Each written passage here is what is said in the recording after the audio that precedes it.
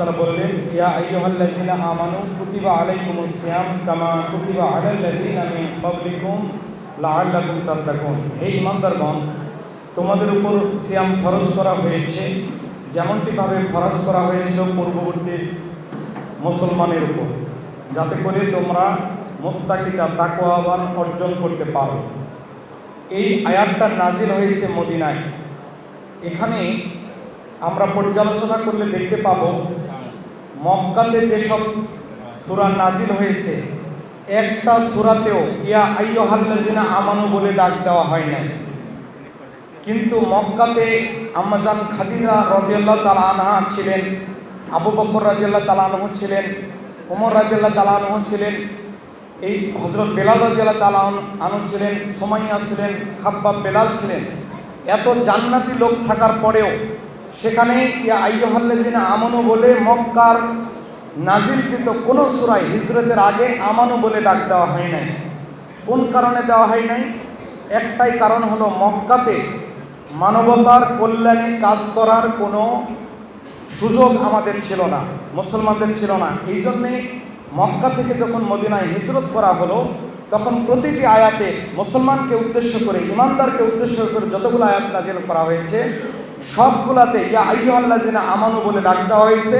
তার মানে ইমানের সাথে, মুত্তাকিদের সাথে, তাকওয়াবানের সাথে সম্পর্কই হলো মানবতার জন্য কাজ করা, মানবতার কল্যাণের জন্য কাজ করা।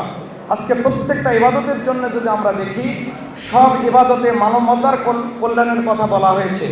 আমরা যদি দেখি যে একজন রোজাদার ইফতার অন্য কাউকে পানি দিয়ে, একটা খেজুর দিয়েও যদি ইফতার করায়, তাহলে পূর্ণাঙ্গ সওয়াব তার আমলনামায় যোগ হয়। মজার বিষয় হলো, আমি যে সিয়ামটা রাখলাম এটা আমার কবুল হবে কিনা আমি শিওর না, কিন্তু আমি যদি আরেকজনকে পান করাই তাহলে সেই সওয়াবটা আমার এসে যাবে। তার মানে বোঝা যাচ্ছে সব ইবাদতের মূল উদ্দেশ্য হলো মানবতার কল্যাণ। দ্বিতীয় পয়েন্টে যে কথা বলতে চাই সেটা হলো, আমরা যদি হজ করে থাকি, কারো যদি ওয়াজিব, হজের ওয়াজিব ছুটে যায়, তাহলে আমরা দেখব যে ইসলামী শরীয়তে নবীজি বলেছেন, কেউ যদি হজের ওয়াজিব ছুটে যায় তাহলে একটা ছাগল গরিব মানুষকে বিতরণ করতে হবে। আমি টাকা পয়সা খরচ করে হজ করতে গেলাম আল্লাহকে খুশি করার জন্যে, কিন্তু আল্লাহ সুবহানাহু ওয়া তাআলা নবীর মাধ্যমে করলেন কি, আমি তোমার উপর খুশি আছি কিন্তু তুমি গরিব মানুষের আগে খেদমত করো।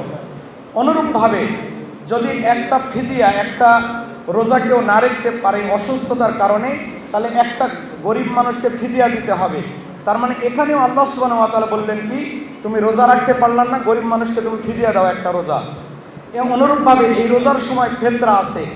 সব আলোচনার আমরা ইবাদতের উদ্দেশ্যই হলো মানবতার কল্যাণ। আসুন আমরা এই মানবতার কল্যাণে যে রোজা শিক্ষা দিয়েছে, এই মানবতার কল্যাণে আমরা ঝাঁপিয়ে পড়ি। কোরআন যে মাসে নাজিল হয়েছিল, এই কোরআনটা আমরা সকলে বলতে ধারণ করি। কোরআনের মূল আরেকটা নাম হলো নূর। এই নূর যদি আমার মধ্যে ঢোকাই, পরিবারের মধ্যে ঢোকাই, সমাজের মধ্যে ঢোকাই, রাষ্ট্রের মধ্যে ঢোকাই, তাহলে নূর যেমন আলোকিত হয়, আমরা আমাদের পরিবার, সমাজ সব কিছু আলোকিত করা সম্ভব। এই প্রত্যাশা